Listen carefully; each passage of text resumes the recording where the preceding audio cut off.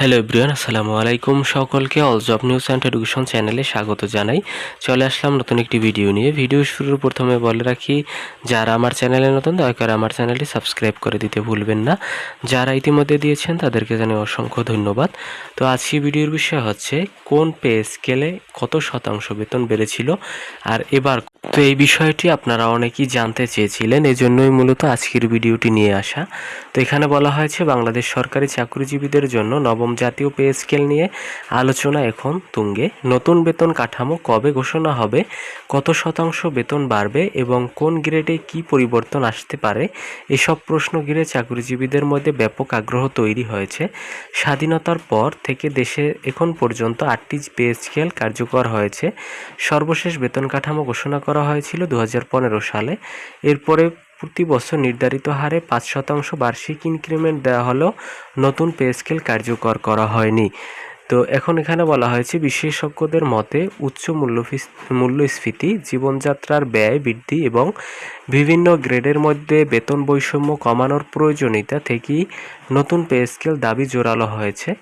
নবম pay scale কী প্রস্তাব ছিল, এখানে বলা হয়েছে 2025 সালের জুলাই নবম জাতীয় পে কমিশন সরকারের কাছে যে প্রতিবেদন জমা দেয় সেখানে সরকারি চাকরিজীবীদের মূল বেতন 100 থেকে 140% পর্যন্ত বাড়ানোর সুপারিশ করা হয়।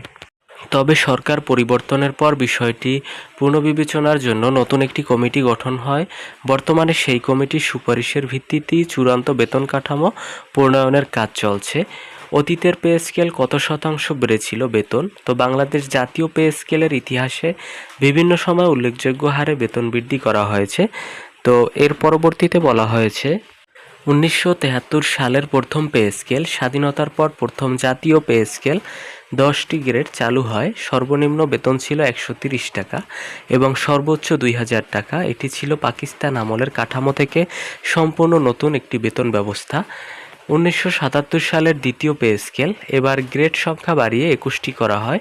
সর্বনিম্ন বেতন 130 টাকা থেকে 225 টাকায় উন্নীত হয়, অর্থাৎ প্রায় 73% বৃদ্ধি পায়। সর্বোচ্চ বেতন 2000 থেকে 3000 টাকায় উন্নীত হয়, যা 50% বৃদ্ধি পায়। 1985 সালের তৃতীয় পে স্কেল, এটি ছিল অন্যতম বড় বেতন বৃদ্ধি।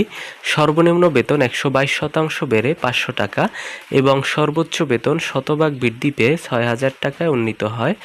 1991 সালে চতুর্থ পে স্কেল, সর্বনিম্ন মূল বেতন 80% বৃদ্ধি পেয়ে 900 টাকা এবং সর্বোচ্চ বেতন প্রায় 67% বেড়ে 10,000 টাকা নির্ধারণ করা হয়। 1997 সালে পঞ্চম পে স্কেল, এই পে স্কেল সর্বনিম্ন বেতন প্রায় 67% বাড়িয়ে 1,500 টাকা এবং সর্বোচ্চ বেতন 50% বৃদ্ধি করে 15,000 টাকা করা হয়। 2005 সালে ষষ্ঠ পে স্কেল, সর্বনিম্ন মূল বেতন 2,400 টাকা এবং সর্বোচ্চ বেতন 23,000 টাকা নির্ধারণ করা হয়। এতে সর্বনিম্ন গ্রেডে প্রায় 60% এবং সর্বোচ্চ গ্রেডে 53% বৃদ্ধি পায়। 2009 সালে সপ্তম পে স্কেল, সর্বনিম্ন মূল বেতন বাড়িয়ে 4,100 টাকা এবং সর্বোচ্চ বেতন 40,000 টাকা নির্ধারণ করা হয়। এরপরে বলা হয়েছে 2009 সালে সপ্তম পে স্কেল, সর্বনিম্ন মূল বেতন বাড়িয়ে 4,100 টাকা এবং সর্বোচ্চ বেতন 40,000 টাকা নির্ধারণ করা হয়।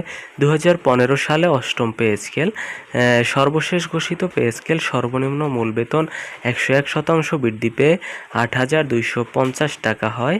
একই সঙ্গে সর্বোচ্চ বেতন 95% বেড়ে 78,000 টাকায় উন্নীত করা হয়। তো আশা করি এই ছিল আজকের ভিডিও। দেখা হবে পরবর্তী কোনো ভিডিওতে। আপনাদের যা জিজ্ঞাসা ছিল আশা করি উত্তর পেয়ে গেছেন।